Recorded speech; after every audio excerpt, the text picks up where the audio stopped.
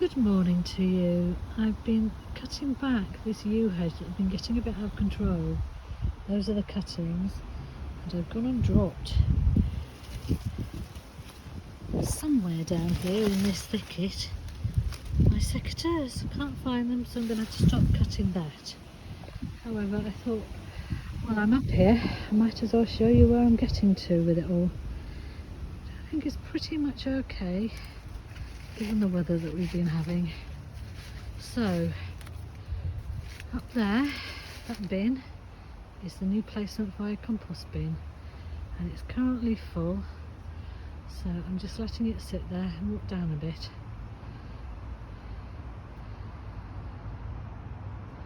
I've cut back that yew and the yew on that side. They're not yews, they're laurels. Anyway, I've cut them back, and it makes it a bit easier to get about. The other thing that we've managed to do this morning, me and my colleague, because another oak had to have the top taken off because it was getting a bit dangerous, is again the tree surgeons, rather than having to pay to have the cuttings taken away, they've given them to us. So we've got a nice path all the way along the top here now, which makes life a lot easier. My poor old peppers, I've got them tucked behind this netting at the moment, just to try and keep some of the worst of the cold off. And I have to say, although they're not chirpy, they're not dying. Same with the tomatoes here. Sadly, I have lost a chocolate cherry tomato. I actually cracked its stem when I was planting it, so I think it would have been alright if it had then been warm and sunny, but it hasn't been. So this is improvised cover for that tomato. There's some succulents behind there. Potatoes, blah, are still growing nicely. I've had a fertile around underneath, and they're about egg size now, and I think they're probably going to be ready to harvest. I think they're Mary's Piper, mid-July.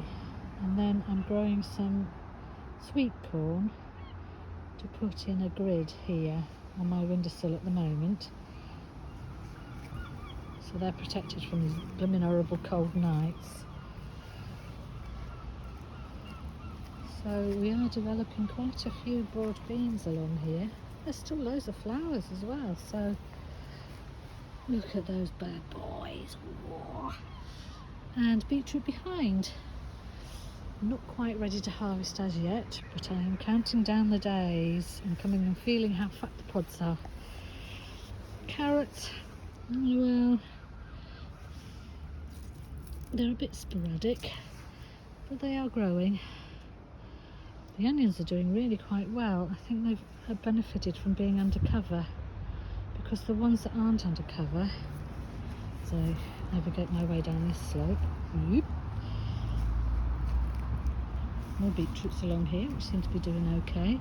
I think I walked on that one when I was tying in those broad beans just now. They're not as big, but they look alright. So we persevere. I had some kind of leaf miner on my perpetual spinach. I pulled off the most damaged leaves, and I'm just hoping that it will fight back as the weather improves. That's the same plant, sown at the same time. Goodness knows what the difference is, but there you are.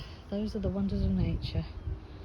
So those are later sown broad beans, and so that will prolong my harvest season, because, as I've told people many times before, my favourite vegetable is a broad bean picked fresh and chucked in some boiling salted water for a couple of minutes. Rhubarb has recovered from the onslaught of the slugs, which is good. Those lilies, not lilies, what are they? Anyway, whatever they are growing quite happily. I'm keeping an eye on them because they can become a bit thuggish.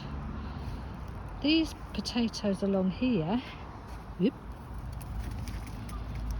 are from supermarket potatoes we didn't get round to eating last year, and I saved and they sprouted, and now they are growing lovely.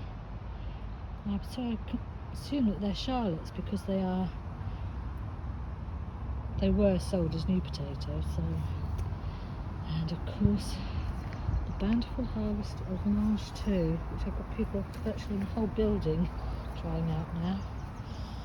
It's a bit foreign and exotic for these parts of North Yorkshire, but they are liking them when they try them. Next year I'll grow traditional peas as well. The leeks, I had a fertile around the bottom of these. They are starting to form scapes. Yeah, I think beginning of July they'll be ready to come up. They're all hard neck.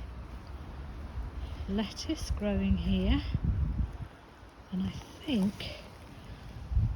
it must be the coir but that's not been too much savage. That is a little courgette. The lettuce seems fine.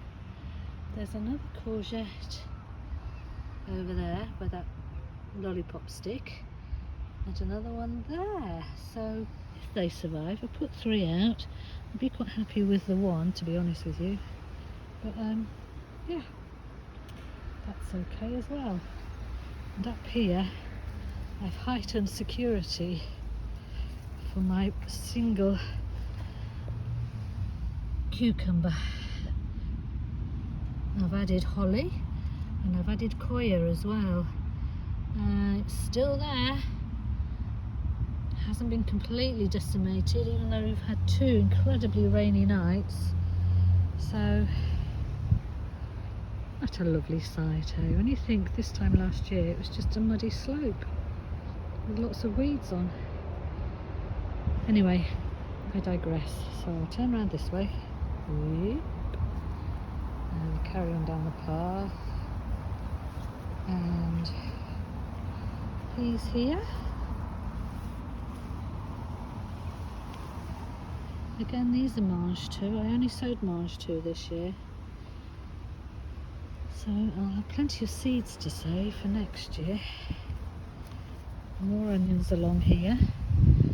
Amazingly, I don't want to speak too soon, but I don't think we're too bothered by the allium leaf miner up here, because look at the health of that garlic. I've never had such a thing.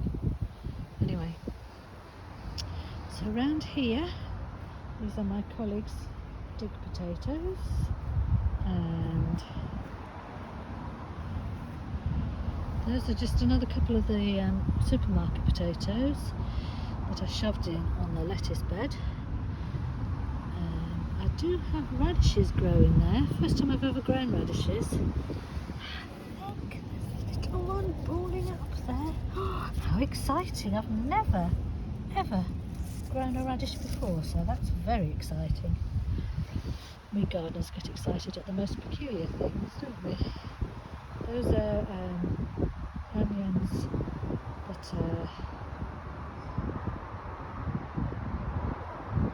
heat treated, not from seed, and they're doing alright. It's been terribly windy here these last few days, so a few things got bashed about, as well as getting frozen out.